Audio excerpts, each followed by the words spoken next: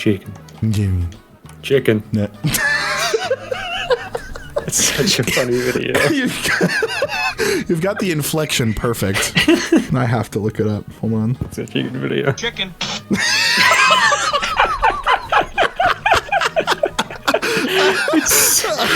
The explosion is so perfectly cut. Elden Ring, the only game where... How long has it been? Oh, fuck. I know, but that would be sick.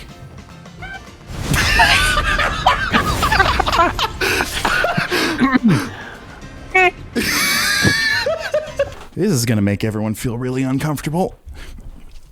Here we go. There are a few times when I know that a game is going to be excellent, and even rarer when I know that it's going to make for a really good co-op review, which is why it's baffling that the footage of our entire playthrough sat on my hard drives for over 2 years before I even started working on the script for this video. It's been so goddamn long, I have glasses and a beard now. And if John Mulaney has taught me anything, it's that glasses make time seem like it's past. I genuinely didn't think I'd ever get back to this project just because I didn't think it would ever be relevant again. Basically, everyone's already put out their reviews of Elden Ring, and we all already know that it's a masterpiece. But the saving grace for this video, and probably why you're watching it right now, is that the Shadow of the Erdtree DLC just launched. So I've revived this project to finally be able to tell you my thoughts on Elden Ring. Don't worry, we will be talking about Shadow of the Erdtree. We're just playing through it right now. And hoo boy, there will be a lot to talk about when we finish up.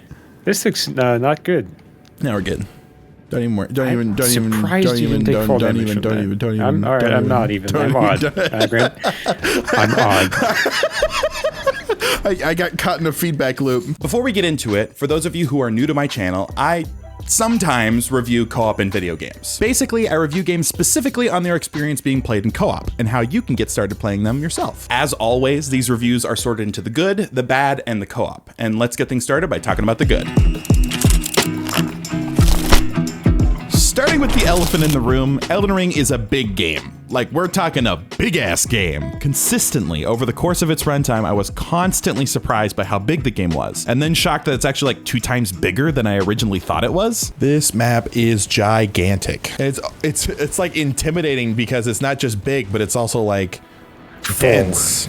Yeah. The map is drip fed to you via map fragments. Instead of seeking out a tower, the map fragments are just strewn about the map as a helpful item. You can still see where they would be on the map, but you have no idea how to get there. Honestly, I think this is a great way of subverting the Ubisoft-style towers that we're used to in open worlds. The interesting part of this approach, though, is that there are frequent times when you are brought to a completely different part of the map before picking up the next map fragment, leading you to look at the map and realize how much bigger the game is than when you first thought. This method of showing you the map size, I think, is a great way to spark exploration in the player. It always got me super excited to see what more there was to find. Ah, fuck, I gotta get all the way down to you.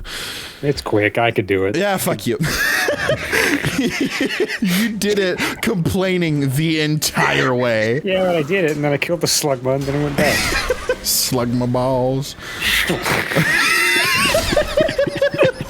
That's such a stupid joke.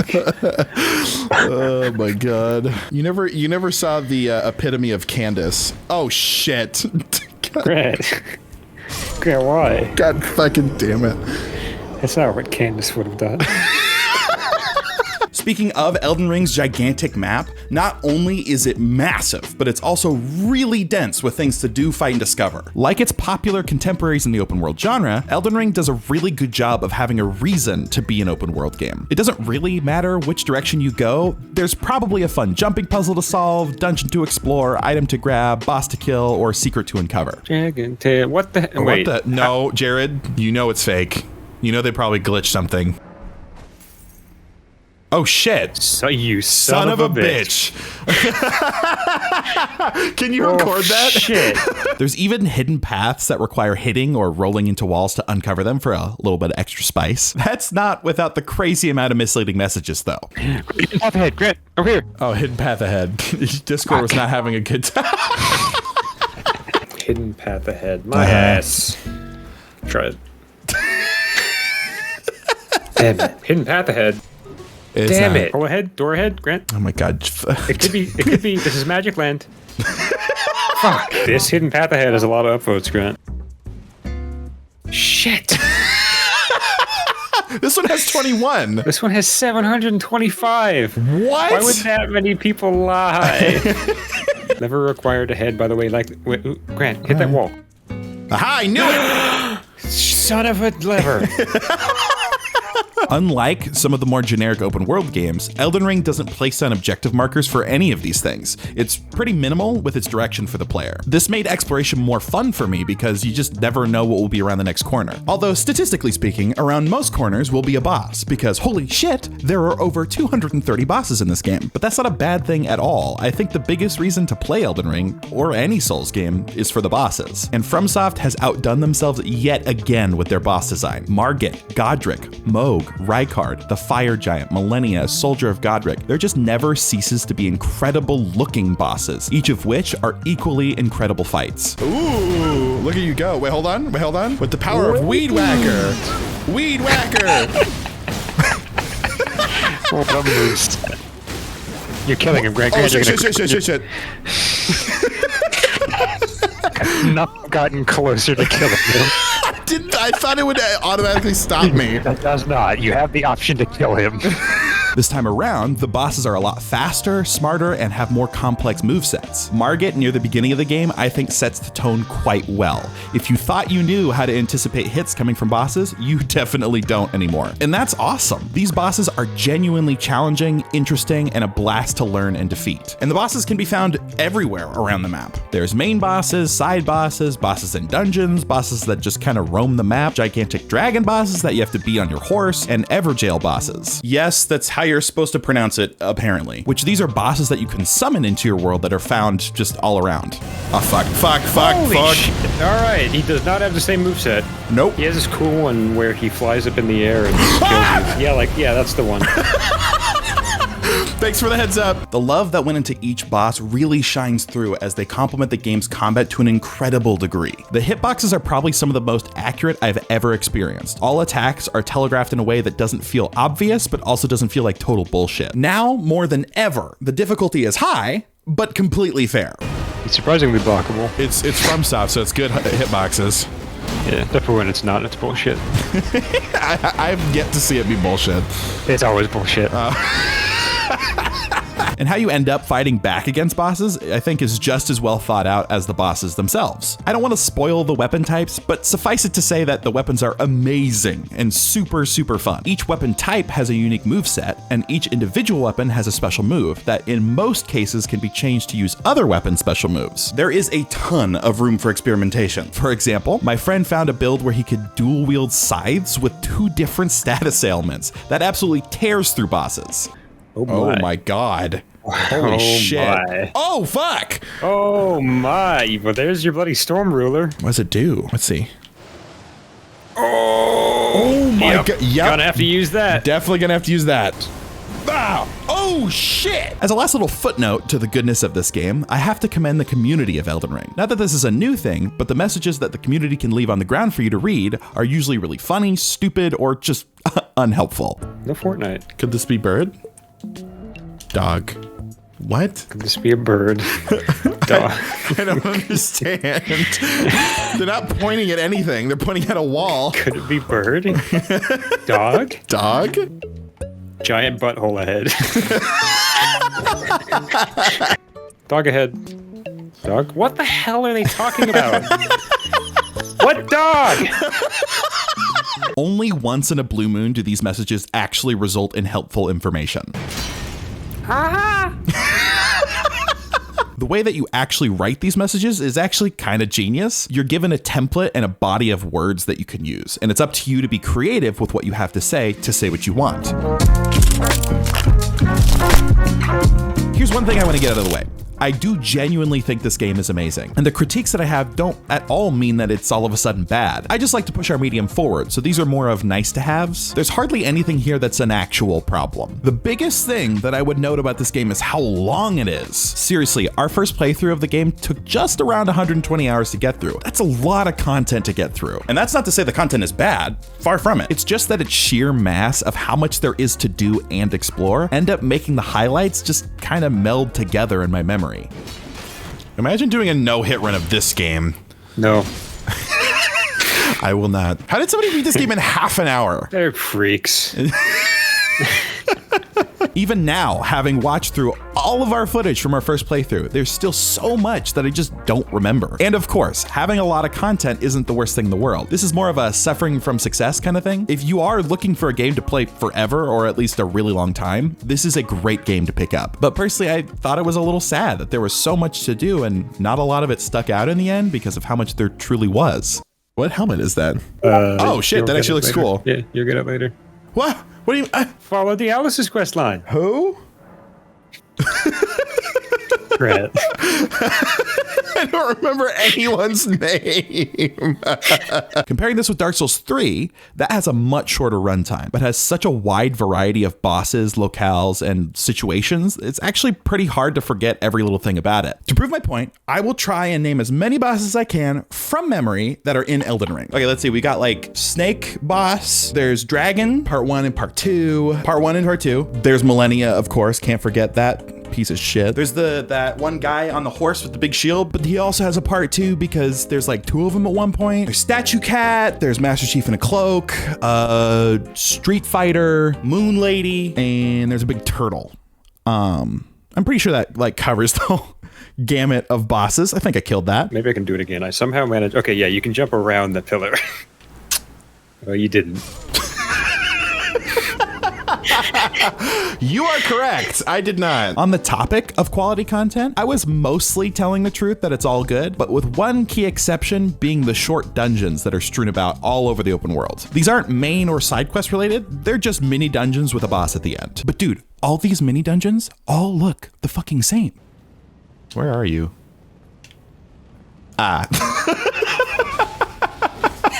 Obviously, it's really hard to make 67 different dungeons feel unique from each other when there's a whole rest of the game to make. Zelda's been struggling with this issue for a long time too, but again, the problem becomes that there are just so many of them, they all kind of end up feeling like copy and paste dungeons. So it's impossible to remember which dungeon dropped what thing, and what's more egregious is that the bosses are reused, and they're reused frequently. And look, I'm not saying that Statue Cat is a bad fight, but I am saying I definitely didn't need to fight him 5 different times. Okay, so it turns out you can fall off.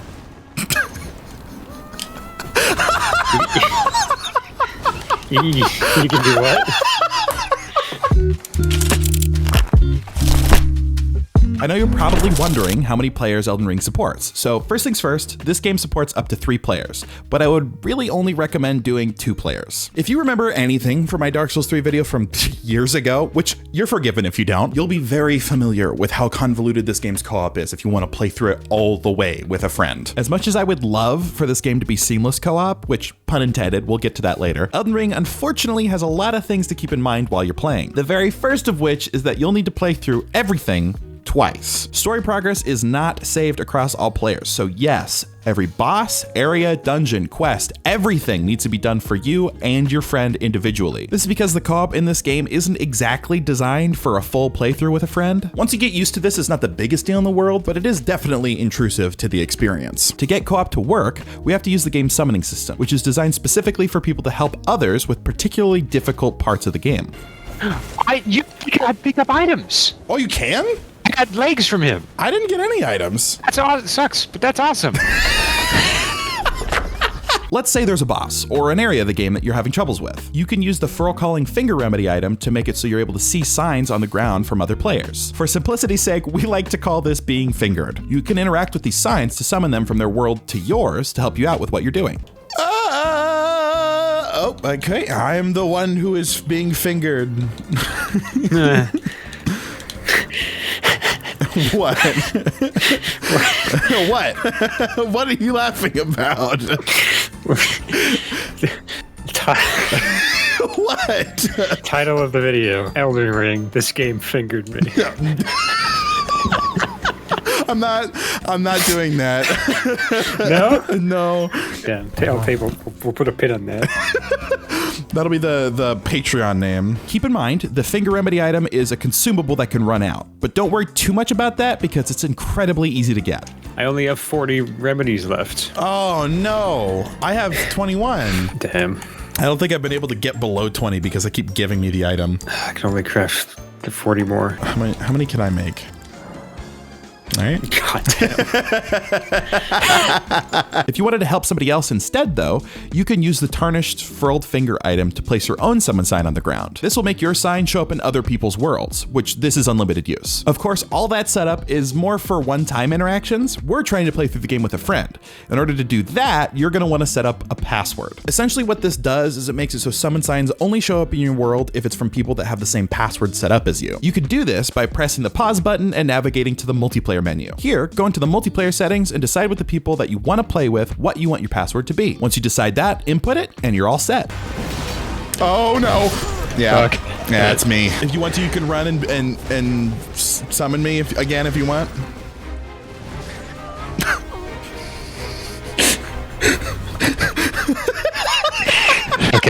Never mind. Here are some things to keep in mind, though, when you're playing through Elden Ring. You can't use your horse in the open world if you have a summon with you, which makes exploring really tedious. So I'd recommend going through the open world solo and screen sharing to each other. That way, you're still interacting with the same things together, but you can do it faster. Once you get to an area or boss where you don't need a horse, then you can summon.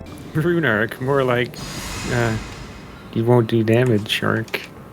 Without it. That was really good, Jared. Thanks, Grant. No problem.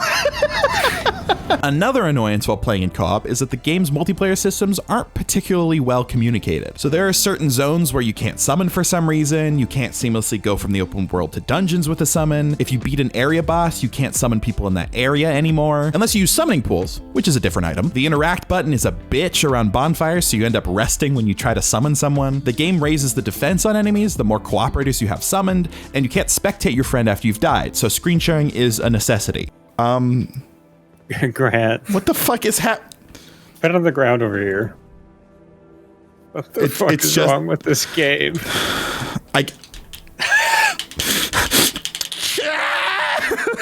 And that's just a small number of problems that you'll be facing when playing this game in co-op, which I realize that makes it sound terrible. It's really not when you get a handle on it, but there definitely is a lot more to keep in mind as opposed to other co-op games. My only recommendation is don't be afraid to consult a wiki for help.